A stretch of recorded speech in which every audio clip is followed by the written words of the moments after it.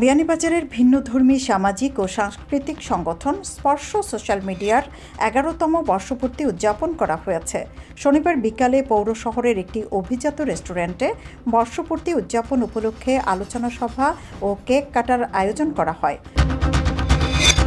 ভারত থেকে সীমান্ত দিয়ে অবৈধ অনুপ্রবেশকালে বিয়ানীবাজারের বড়গ্রাম সীমান্ত এলাকা থেকে এক শিশু, ৩ নারীসহ ৫ জনকে আটক করেছে বিজিবি বিয়ানীবাজার ৫২ ব্যাটালিয়নের টহল দল। বুধবার দিবাগত রাত ৪টার দিকে তাদের আটক করা হয়। আটককৃত সবাই বাংলাদেশি। তাদের বিয়ানীবাজার থানায় হস্তান্তর ও অবৈধ অনুপ্রবেশের দায়ে মামলা দায়ের করেছে বিজিবি। বৈষম্য বিরোধী ছাত্র আন্দোলনে সিলেট জেলা কমিটি গঠন করা হয়েছে। ২ ডিসেম্বর গঠিত কমিটির অনুমোদন করেন কেন্দ্রীয় আহ্বায়ক হাসনাত আবদুল্লাহ ও সদস্য সচিব আরিফ সুহেল। এতে বিয়ানীবাজার উপজেলা থেকে স্থান পেয়েছেন ৮ জন।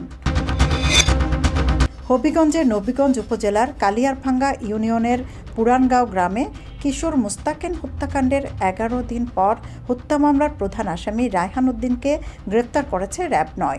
বৃহস্পতিবার সকালে গোলাপগঞ্জ এলাকা থেকে তাকে আটক করা হয়।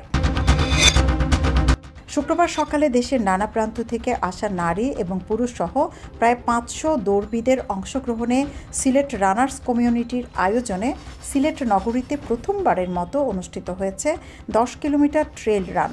সিলেটের সবুজের চাদরে ঢাকা মালিনীছড়া চা বাগানের আঁকাবাঁকা পথ আর টিলায় ১০ কিলোমিটার ট্রেল রান করেন দৌড়বিদরা।